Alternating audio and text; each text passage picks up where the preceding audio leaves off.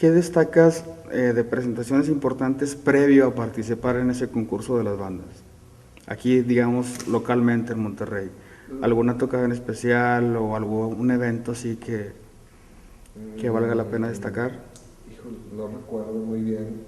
eh, pero bueno, lo interesante de esa época es que se estaba formando algo muy interesante, algo que ya ahorita tal vez se da por sentado, que sí hay espacios donde tocar, este, y que pues yo creo que casi cada fin de semana hay conciertos por aquí, por allá, por allá. Este, en aquel tiempo no existía esos espacios, y fue una época donde apenas empezaron a aparecer, por ejemplo, el Esquizo, que ya no existe, pero bueno, el Esquizo, que tenía ese patio donde se hacían conciertos. El Café Iguana se empezó a hacer algunas tocadas en el patio pequeño. Y así empezaron a aparecer algunos lugares, otros efímeros, que eran casi nomás para una tocada, y nunca más se volvía a utilizar el espacio. Entonces, más que tocadas importantes, lo que sí puedo recordar bien es que nos tocó participar en cómo se fue formando esa pequeña escena de rock local, y cómo se fue creando un público, que eso fue, que yo creo que es lo más interesante y destacable de esa época, que se fue creando un público, que la gente ya pagaba un cover, aunque fuera poquito, para ir a ver una banda, ir a escuchar una banda con música original. Este, entonces, pues tocadas con Cuervos de Malta, con La Última de Lucas, con Guillotina. Esa fue una tocada clave, porque ahí yo platiqué con el manager de Guillotina y le planteé que teníamos interés de ir al DF a tocar, y que cómo lo hacíamos, que si nos echaba la mano.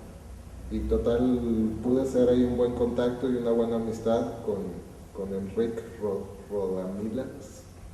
Y entonces él fue el que nos contactó con la batalla de las bandas. Este, y de hecho, cuando fuimos a la batalla, la primera eliminatoria, también nos contactó otra tocada en el DF. Entonces, hubo una serie de conciertos importantes. Ese fue clave porque nos dio el acceso al DF, y ya con el acceso al DF se fueron dando otras cosas.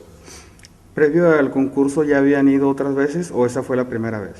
Esa fue la primera vez, que es otra cosa también muy diferente por ejemplo, a lo que existe ahorita. En aquel tiempo era rarísimo que una banda pudiera ir a tocar fuera de Monterrey. No se daba, no era común. Ahorita muchas bandas han tocado en el DF, súper común, pero en aquel tiempo era como ir a tocar a Tokio, ¿no? O sea, Lejísimo. era lejísimos y era difícil y nadie sabía cómo hacerle, porque estábamos completamente aislados, ¿no? Era todavía ese tiempo que era muy centralista el rock, y si estabas fuera del DF estabas completamente fuera, ¿no? Entonces, no, para nosotros fue la primera vez, y creo que también en cierta manera ayudó eso a ir como abriendo el camino y enseñándole el camino a otros grupos, de que se puede ir al DF, le puedes hacer así, ya sea, porque también en ese tiempo existía la idea de que te tenías que ir a vivir al DF, ¿no? Y yo insistí mucho en aquella época de que era más bien un asunto de guerra, de guerrillas. Vas, tocas y te regresas, vas, tocas y te regresas, que si te ibas a vivir allá, finalmente la ciudad te comía, ¿no? Porque pues era difícil, ¿no? Económicamente hablando, ¿no? Como le sucedió, por ejemplo, a Carnienses, que fue un grupo muy clave, muy importante en toda la escena del rock regio de ese tiempo, del desarrollo. Y a Carnienses tomó ese paso de irse a vivir al DF, y finalmente fue lo que sucedió. Se acabó separando la banda y cada quien por su lado.